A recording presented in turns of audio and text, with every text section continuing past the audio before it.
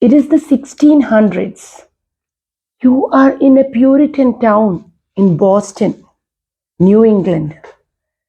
Here we have a sect of very religious, morbidly religious sect of Puritans.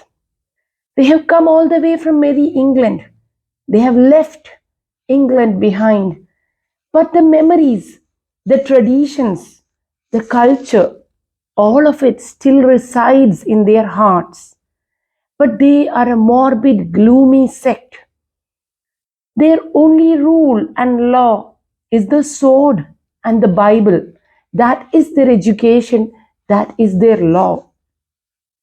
They are people who are fending off a wild nature that is unfamiliar to them. They have just landed in New England, and around them they have the original inhabitants on one side, the Indians, and on the other hand, they have nature, which is so exquisitely beautiful yet unfamiliar. And here they have brought in elements of superstition. So a lot of those English traditions still exist in them, and along with that, there are the newfound rules of a newfound land. And into this dark, restrictive atmosphere, this is a very atmospheric novel. Here walks in a young, beautiful woman called Hester Prynne, holding to her bosom a baby, a young child. And there is on her bosom embroidered a scarlet letter A.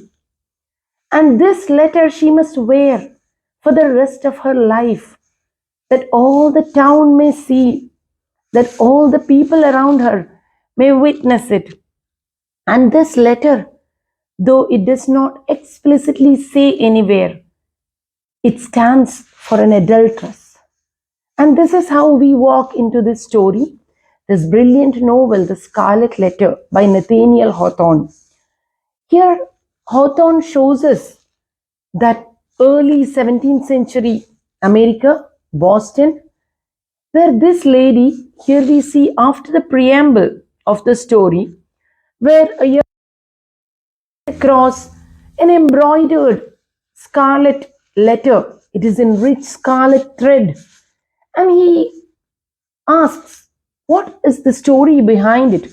And in the preamble, we see how the author is going around seeking the story behind this piece of cloth. Who lived, who wore this?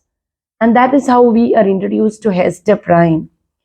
It is an era where a woman who has had a child out of wedlock, out of her marriage, who has committed the sin of adultery, such a woman may be killed. She can be stoned to death. But here, because she has a child, because she is with child, she is pardoned, but she is given a very brutal punishment. She is made to stand on the scaffold for hours, where all the townspeople may see her. And this letter is placed on her bosom, and this she must wear on her breast forever, such that when she walks in, people may know that this is an adulteress. And she has to live on the outskirts of society. She can never mingle with the rest of the people. She cannot be one with society. And here we see our Hester Prynne bringing up her little girl. The child's name is Pearl. I think an entire chapter or an entire video is required to speak about little Pearl. Little Pearl is this demon child. She's like a changeling. She is so beautiful.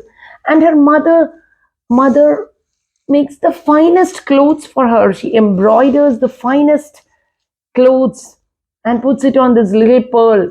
And we see that all the color, all the beauty of her life, she is channeling into this child. And this child is so insightful that she looks at society so bravely, as if to say that I have as much right as you have to live here. One is reminded of Edmund, the villainous Edmund in King Lear, who says that What is base about me? My birth that is illegitimate is far better than yours that has been come from the dreary sheets of marriage. I am rather the product of passion, of undying love. So Pearl too here seems to proclaim her right to live.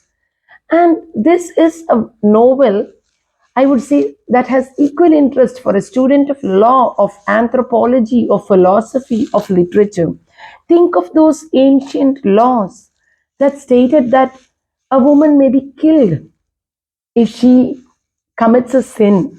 And now let us think to this day, what are the laws in various countries? How does the law differ for a man and a woman? We see here that the man who has committed the sin alongside Hester, her partner in this so called crime, he is not to be seen. He is not dragged to the forefront. After the introduction of Hester Prynne, we see that the story deals with Hester Prynne and the two men in her life. How do they fare and what are their roles in this strict Puritan society? In the beginning, we see that there are these seven women who look at her and they are talking to each other. They are judging her. And towards the end of the story, also, we see the same women except one. And the author says, she who was kind in the beginning, she is no more now, which means she has passed on into into the abyss of death. And little Pearl here, her mother tells her that she has only a heavenly father. She tells the society that plagues her and preys upon her, trying to find the father of this child. She tells them all that she has only a heavenly father and you cannot get the name of her earthly father from me. She is so defiant, so stubborn in protecting his name. And yet at the same time, we see that Hester Prynne is trying to fit into this society from which she is an outcast. With her actions, with her very sober mien, the way she carries herself and the way she counsels and helps everyone around her, she is in a way trying to fit back into that Puritan society which has placed her on the outskirts. So many interesting points come forth. Why does Hester Prynne live on in this society that has put her out? Is it so that she may live alongside one who has been her partner in this undying, in this love, which she hopes that she will be his bride in that altar of heaven? Is it so? So many things keep coming in. And Hawthorn, belonging to 18th century America, he too is a product of Puritanism. He had forefathers who were actual active participant in the witch trials of Salem. And this is something that has plagued our author. And he wishes to bring forth the hypocrisy of the period that saw man and women in two different states.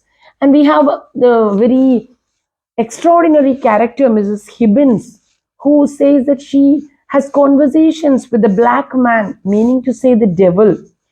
And we see that for some time she is protected because she is the sister of the governor. Whereas we see that there are other women who are put to trial.